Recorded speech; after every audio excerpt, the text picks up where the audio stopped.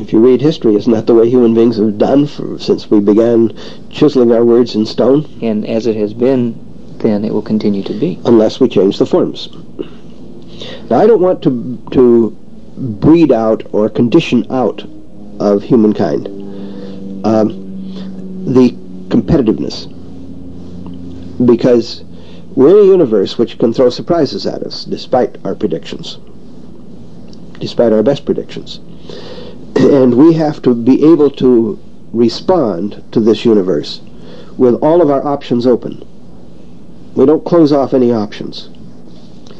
If we can respond non-violently, that of course is preferable.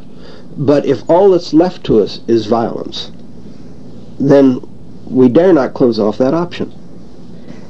You seem to be implying that we have the ability to change a legacy of the ages, that we can actually attempt and perhaps succeed at something that mankind has failed to accomplish since the beginning of mankind. Do you really have that much faith in the resiliency and the elasticity of the human form?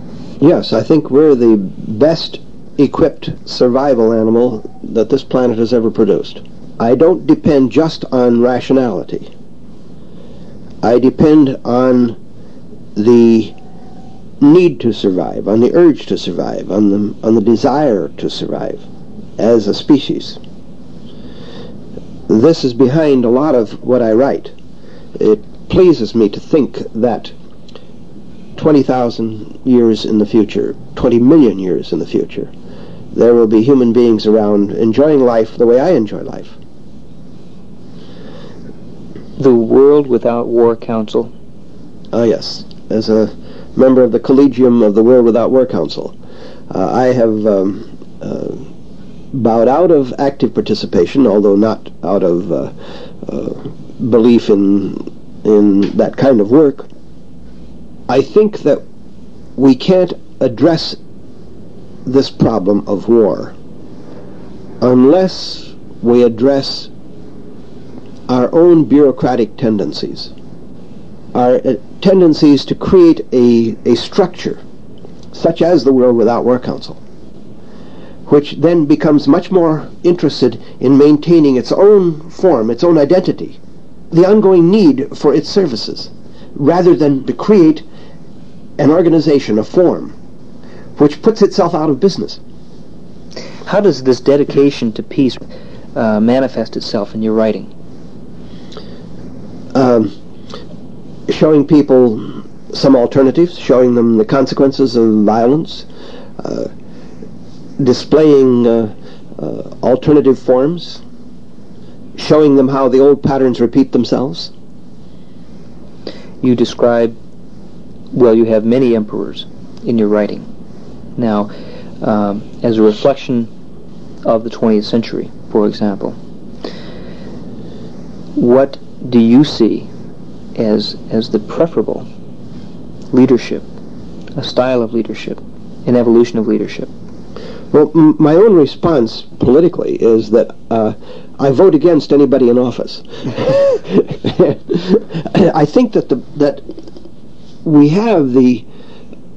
had the examples of how to deal with political power, and that is to give it very briefly. Why is it that in your writing, when there are 1,000 emperors, or when leadership is broken down and bisected, you reference that, I think, as the Dark Ages? All I'm saying there, John, is that the aristocratic forms repeat themselves. Aristocracy is a repetitive structure in our world. More of a bad thing doesn't improve it. That's what I'm saying, yes.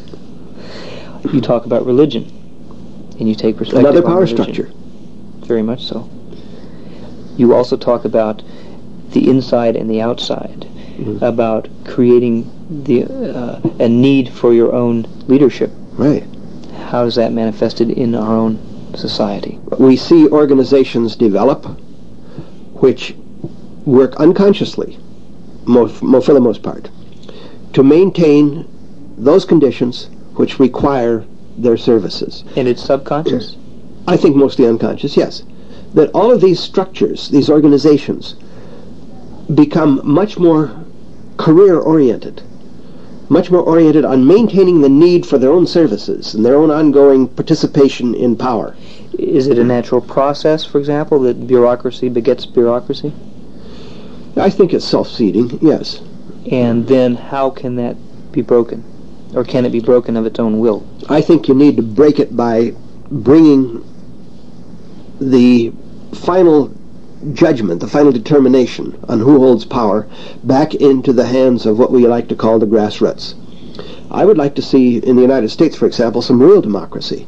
I would like to see review committees with enormous power, very short-term tenure, maybe 1 year, small budgets, and never able to serve again on such a committee, only once in a lifetime. I would like to see such review committees called into action automatically, given certain conditions. Declaration of war, for example. At a local level, if a school board is going to spend, say, $200,000, automatically a review committee called into being and called at random from the polls of the people who voted in the previous election.